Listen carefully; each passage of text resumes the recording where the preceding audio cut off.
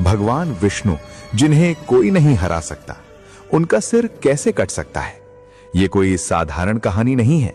ये एक ऐसी रहस्यमयी घटना है जो पुराणों और वेदों में छिपी हुई है।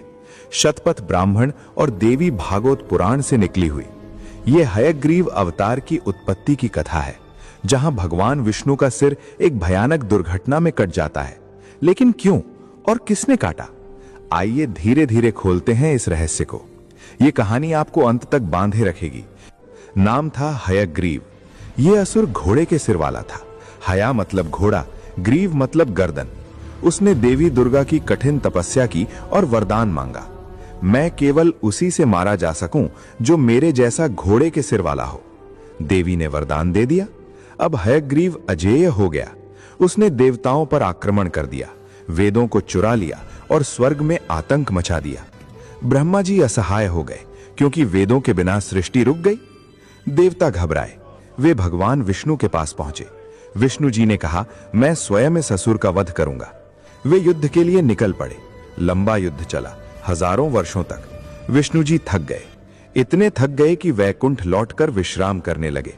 उन्होंने अपना विशाल धनुष शारंग जमीन पर खड़ा किया, उसकी डोल पर सिर टिकाया और योग निद्रा में लीन हो गए। इधर देवताओं को एक महत्वपूर्ण यज्ञ करना था। यज्ञ पूरा करने के लिए विष्णु जी को जगाना जरूरी था, वरना सब व्यर्थ। देवता वैकुंठ पहुंचे। उन्होंने विष्णु जी को जगाने की कोशिश की, पुकारा, हिलाया, लेकिन विष्णु जी की योग निद्रा इतनी गहरी थी कि कुछ नहीं हुआ। इंद्रदेव घबराए। ब्रह्मा जी ने सलाह दी, एक छोटा कीड़ा पैदा करो जो धनुष की डोर काट दे। देवगण, एक सूक्ष्म जीव की रचना करो, वही उस धनुष की प्रत्यंचा को काटेगा। डोर कटते ही धनुष सीधा होगा और विष्णु जी जाग जाएंगे। देवताओं ने ऐसा ही किया। एक छोटी सी दीमक ने धनुष की मजबूत डोर चबानी शुरू की। धीरे धीरे, लेकिन जैसे ही डोर कटी, खटाक, धनुष के दोनों सिरे अचानक फैले और इतनी जोर से झटका लगा कि भगवान विष्णु का सिर धड़ से अलग हो गया। हाँ, विष्णु जी का सिर कट गया। वो सिर दूर जा गिरा और चारों तरफ अंधेरा छा गया। देवता स्तब्ध रह गए। जगत के पालनहार का सिर कट गया, और वो भी एक साधारण दीमक की वजह से। ये दुर्घटना थी, लेकिन किसने काटा? अप्रत्यक्ष रूप से देवताओं ने, दीमक ने, लेकिन असल में यह भाग्य का खेल था। अब रहस्य गहराता है। विष्णु जी का धड़ बिना सिर का पड़ा था। देवता रोने लगे।